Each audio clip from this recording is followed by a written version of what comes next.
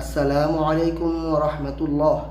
সম্মানিত দর্শক শ্রোতা, আজকের পর্বে আপনাদেরকে আমি নিয়ে যাব তায়েফ নগরীর ঐতিহাসিক আবদুল্লাহ ইবনে আব্বাস রাদিয়াল্লাহু আনহুমা জামে মসজিদে। আশা করি আমাদের সাথেই থাকবেন। ঘরের মালিক নয় আমি, ঘরের মালিক রোড টু হিজাজ, ঐতিহ্যের সন্ধানে। দর্শক মণ্ডলী, আমরা পবিত্র মক্কা নগরী থেকে প্রায় 100 কিলোমিটার দূরত্বে অবস্থিত ঐতিহাসিক তায়েফ নগরীর দিকে রওনা করেছি। যেই তায়েফ নগরী সমুদ্রপৃষ্ঠ থেকে 6135 ফুটেরও উচ্চতায় অবস্থিত।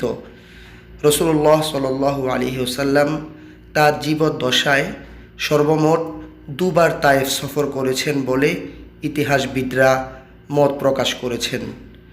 আপনারা দেখতে পাচ্ছেন, অত্যন্ত রোমাঞ্চকর একটি পরিবেশের সাক্ষী হয়ে তায়েফের দিকে রওনা করেছি।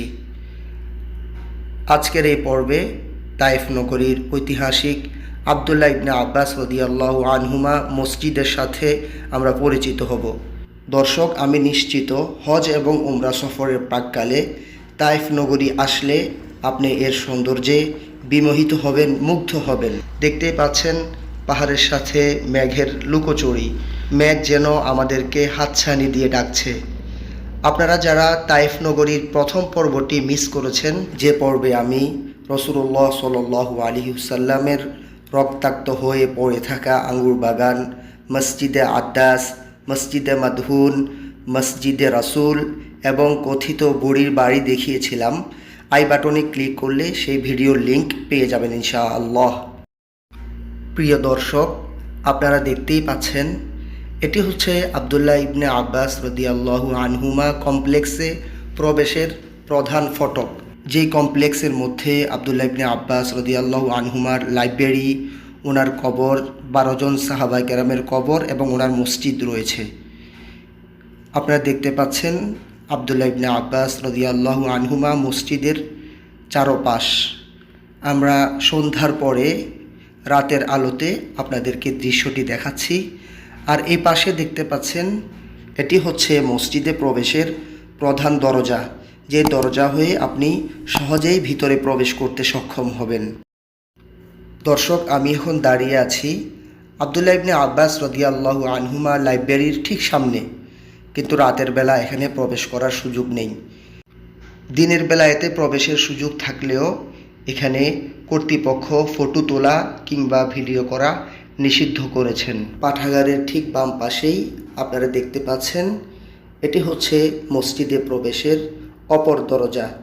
ইনশাআল্লাহ এখন আমরা মসজিদে প্রবেশ করে এর ভিতরের সুন্দর দৃশ্য উপভোগ করব। হযরত আবদুল্লাহ ইবনে আব্বাস রাদিয়াল্লাহু আনহুমা হচ্ছেন ওই সকল সম্মানিত সাহাবাদের অন্তর্ভুক্ত যারা ইসলামের প্রথম যুগেই মুসলমান হয়েছিলেন। সবচেয়ে মজার বিষয় হচ্ছে, তিনি জন্মসূত্রেই মুসলিম। নবুয়াতের 10ম বছর শিআবে আবি তালেবে যখন তিনি জন্মলাভ করেন, তখন তার মা উম্মুল ফজল লুবাবা বিনতুল হারিস রাদিয়াল্লাহু আনহা গোপনে মুসলমান হয়ে গিয়েছিলেন এবং তিনি আবদুল্লাহ নামধারী 4 জন সাহাবীদের অন্তর্ভুক্ত, যাদেরকে একসাথে আবাদিলাহ আর বাআ বলা হতো। আমরা এখন মসজিদের ভিতরে অবস্থান করছি। এটি হচ্ছে মসজিদের মিম্বার, অর্থাৎ যেখান থেকে খতিব সাহেব জুমার দিন খুতবা দেন। আর এটি হচ্ছে মসজিদের মেহরাব, যেখানে ইমাম সাহেব দাঁড়িয়ে নামাজ পড়ান। দেখতে পাচ্ছেন দর্শক, কত চমৎকার এবং মনোরম মসজিদ। 592 হিজরিতে আব্বাসী খলিফা আবুল আব্বাস আহমদ আল আব্বাসী সর্বপ্রথম এই মসজিদ নির্মাণ করেন। কালের পরিক্রমায় এই মসজিদকে বহুবার সংস্কার করা হয় এবং স্বাধীন সৌদি আরবে সর্বপ্রথম সাউদ বিন আব্দুল আজিজ রহিমাহুল্লাহ 1378 হিজরিতে এই মসজিদের পুনর্নির্মাণ কাজ শুরু করে 1381 হিজরিতে সম্পন্ন করেন।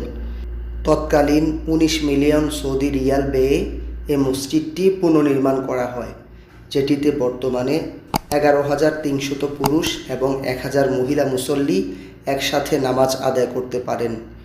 আল্লাহ পাক রব্বুল আলামিন আমাদেরকে এই মসজিদে এসে অন্তত পক্ষে 2 রাকাত নামাজ আদায় করার তৌফিক দেন, আমিন। দর্শক, এই মসজিদের পাশেই আব্দুল্লাহ ইবনে আব্বাস রাদিয়াল্লাহু আনহুমার কবর রয়েছে, যেটি মহিলাদের নামাজ পড়ার স্থানের পাশেই অবস্থিত, যে কবরস্থানে প্রবেশ করার কোনো সুযোগ নেই এবং দূর থেকেও দেখা যায় না। আমরা দেয়ালের পাশে দাঁড়িয়ে ওনার কবর জিয়ারত করেছিলাম। আলহামদুলিল্লাহ। দর্শক, আমাদের আয়োজনটি আপনাদের কেমন লাগলো অবশ্যই কমেন্ট বক্সে আমাদের জানাবেন। আর আপনি যদি তায়েফ নগরীর প্রথম পর্বের ভিডিওটি দেখতে চান, তবে ভিডিওর ডান পাশে উপরে আই বাটনে ক্লিক করলে লিঙ্কটা পেয়ে যাবেন। আল্লাহ পাক রব্বুল আলামিন আমাদের সবাইকে হেফাজত করুন। আসসালামু আলাইকুম ওয়া রাহমাতুল্লাহ।